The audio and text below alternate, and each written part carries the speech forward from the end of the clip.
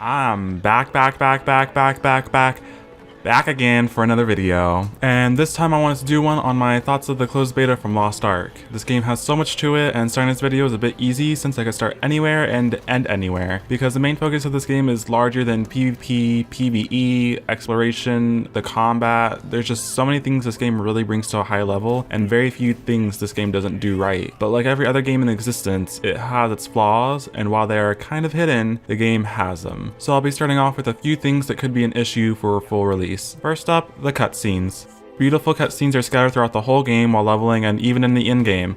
Honestly, it was so cool seeing how well made these cutscenes were and how exciting they are. But the big issue here is after your first time through the scene, you don't feel like you need to watch it again. There are a lot of cutscenes in the game that are straight up unskippable, and I would say about half of them are that way. And through your first playthrough of the game, it doesn't feel like an issue, but your second, third, and fourth make the whole process of leveling a new character feel much longer. Even the in-game dungeons have unskippable cutscenes, and a lot of them aren't exactly important to the story at all. A lot of these cutscenes are just you killed a boss and it's a close-up of your character cheering, and you cannot skip it no matter what. Although you may not see these cutscenes if you choose for your progression of gearing being world bosses, which is another issue that I wrote down here, because world bosses in the game are super easy to get credit for in terms of like getting rewards from it. You don't really have to do much damage from what I've noticed, and you could basically just AFK while the rest of the people kill it for you, which you shouldn't do, but it's something that might happen and probably will happen a lot in full release. And the reason why world bosses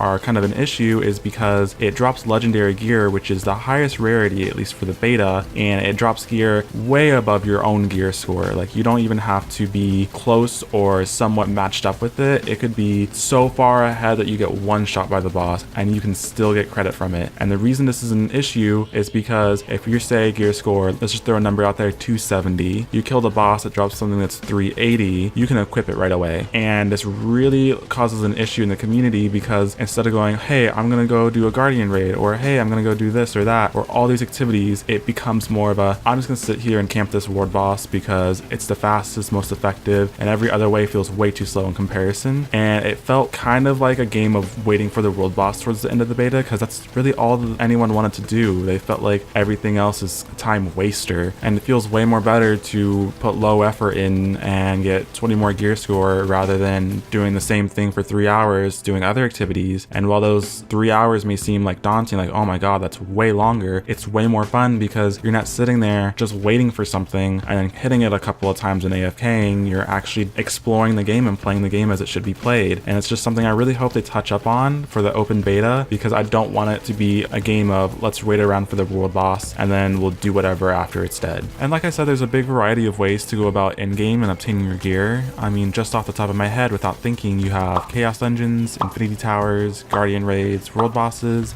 exploring, crafting and gathering, treasure maps, and activities that don't drop gear directly, but they help in making your gear stronger, like the Cube Dungeon and Boss Rush. And there's a lot of other things that I'm probably left out, but I also had a short time playing, and so I wasn't able to like explore everything. This game's so overwhelming once you hit endgame, and how much opens up, it's crazy. I've never played a game, especially in a closed beta, let alone full release, that has so much to do in your endgame, and it was overwhelming in a good way. Like, I felt like I could play this game forever and ever and never get bored, because I just got so much to do and so much to see, so much places to go to in the game. Just from this beta, I think they said there's about 130 islands in the game, and if you don't know how the game works in that regard, there's sailing in the game, and that's how you get from each continent and islands. And there's a lot of islands in the game that are supposed to feel like its own little like indie game, and they do a good job at this. And it's not like a one and done type of island. Each island has like a daily quest, which gives you an incentive to come back. So if you have a favorite island, you don't go, oh, did the quest, I can't really come back there anymore. You still have a reason to go back all the time, and it really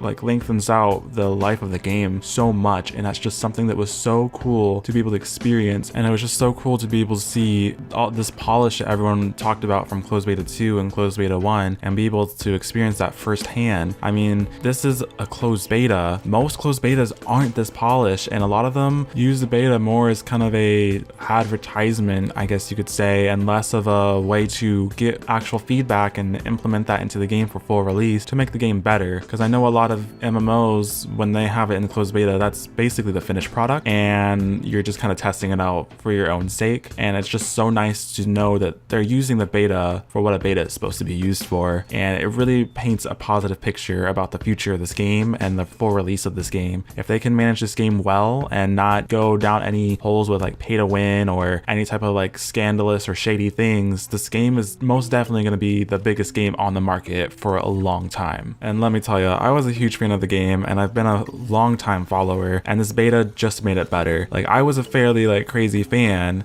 Seeing me hear about a new trailer drop was like seeing a teenage girl when One Direction released a new single. It was manic, and this beta has only made me more excited for the game, and that's something really hard to do when my expectations were already so crazy high. And I used to use all my free time gaming like it was nothing, and I would enjoy all the games I played, but after this beta I sit down at my computer and I go, I'm gonna play any game I want, because why not? I have all the time in the world. And I go through my list and I'm just like, none of these games are good enough for me anymore. Like, I just don't feel like I'm gonna get the same experience, and honestly, like, the only game I want to play is Lost Ark. And it sounds like an addiction, and it might be, but at the same time, they did such a good job at this game that it's made other games feel subpar and not polished enough for me. And I'm just so excited to be able to play this game finally this year within less than 6 months. It feels surreal for it to happen. Like, honestly, I feel like a meteorite is gonna hit the earth the day before release and no one's gonna get to play the game.